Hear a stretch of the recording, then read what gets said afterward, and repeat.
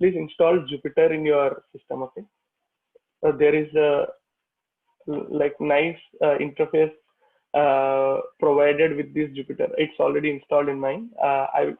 What I have done is, like, in case if it is already installed, it will throw this requirement satisfied, and in case if it is not there, then it will install it. Okay, so let me see. I did this pip install Jupyter. So this is a command which you use and then install that Jupyter notebook in case if you don't have. So in case if you have, let me try that. Okay, so Jupyter notebook, in case if you open it, let me do this. So as I told you, like we can write our Python codes not just in, oh, I opened it in like older age. It's okay. Okay, see, what I have done here is I have, I was in this folder, day 7 folder, and here I have initially installed Jupyter. Let me, okay, that is fine. Later part, what did I do? Okay, here. Basically, where do we need to install all these Python libraries? Like, do we have to be in some particular folder and then No, install it doesn't matter. It can be anywhere. It can be anywhere. Doesn't matter. So wherever you try to install, it will install in its Python location itself. In the sense, those libraries will get stored in default Python installation directory. Okay. So you can also check it, like let's see that as well. So this is Anaconda. So you go to Conda prompt. Let me go to that location. It's inside. So this is where, sorry, Anaconda navigator. Let me check open location. So this is where I have installed my Anaconda. So if you go inside this library, and then this is where all these packages were installed. Okay, so you go inside site package, like we have recently installed XLRD2, right? See, this XLRD2 is installed here. You'll have like few files. So this once you do that pip install XLRD, it has downloaded that and then installed it in this place. Okay, so that is about this. Let's go further. Okay, I have opened this Jupyter notebook in day 7 folder, so which only contains this file code. Okay, as let me go here. Is it the case? Let's see. Sorry. Day 7. Okay, see, like this is what it is showing. So in case if you create a folder here, it will reflect at this level. So you can also create a folder at this level as well. So let's initially do this Python notebook. Okay. So, and one more thing, like let us say here we are using only base environment. That is okay. Like in case if you want to use, you can have multiple environments. So for doing that, I'll be telling you about it tomorrow. Okay. Let's first use Jupyter notebook now. Okay. So what I have done is, like, I clicked on new and opened Python, create a new Python notebook. Okay. So it has opened it like this. Let me do first notebook. And what it has done is, like, if you see here, it has created this first notebook.ipnb. This is a format.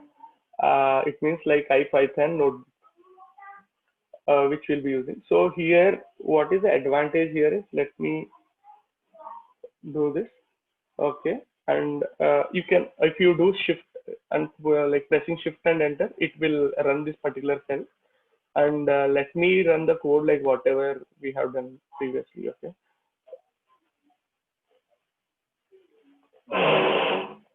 Okay, so this is a code. I want to run it.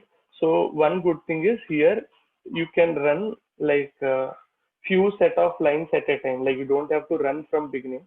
So let's say I am only running this path here. You can run only that, and you can run only this. Similarly, the advantage of Python Jupyter Notebook is If you let me do with this, okay, this will be quite. So earlier what we have done is we gave print and then checking if that output is there inside command prompt. That's how we used to do, right? So here, instead of that, let me only run this particular thing, okay? So now, if I want to do print, you don't have to do print and that way. You can do it as well anyway. If you use print, it will come here. You can see the result here itself, okay? And in case if you save it, let me say, like if it a notebook gets saved, in case if you reopen it, let me say, like I have closed it, okay, and when this like I'm shut down, okay, like it means like it's closed. Let me also close this, okay, and tomorrow I came and I opened Jupyter Notebook at this folder, okay, and let me see, it's opening here, and you open Python Notebook. What will happen is you have these outputs saved here, okay. Let me do it later. Okay, so this is one good thing about Jupyter Notebook. Let's say you have like few graphs or like some kind of values which you want to see are like present to someone. That in that case, Jupyter Notebook is really helpful. That is one good thing. Okay.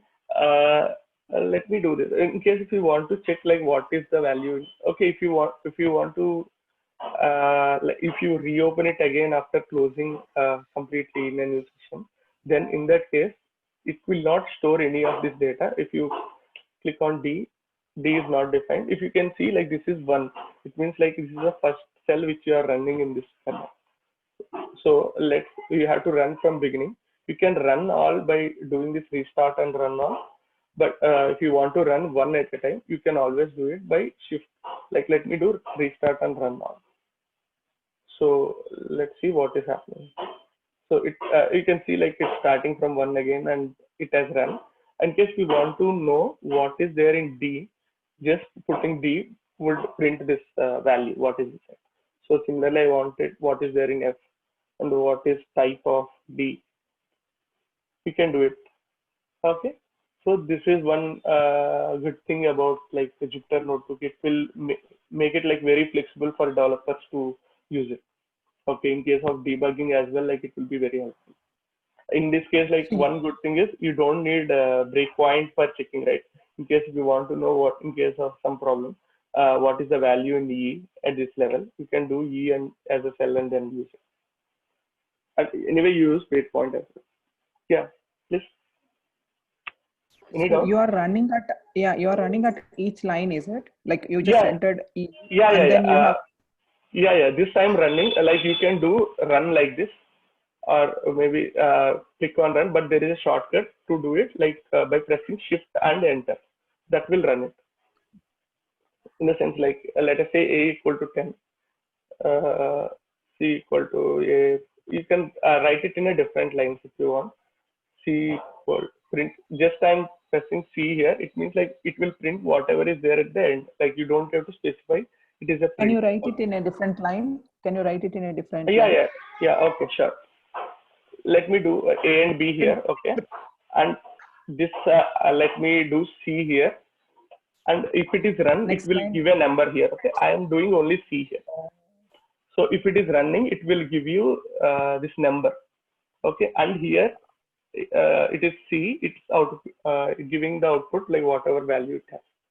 No, okay. As you write, is it running or no. If it is like this and go to a new cell, it won't run.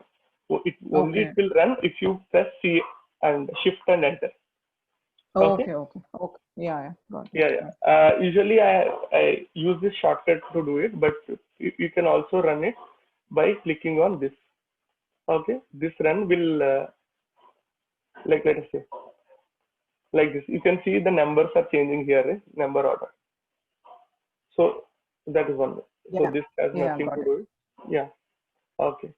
While trying, you'll be experience, like while doing it, like you'll be knowing like how to do it. Okay. So this is about Jupyter Notebook. Okay.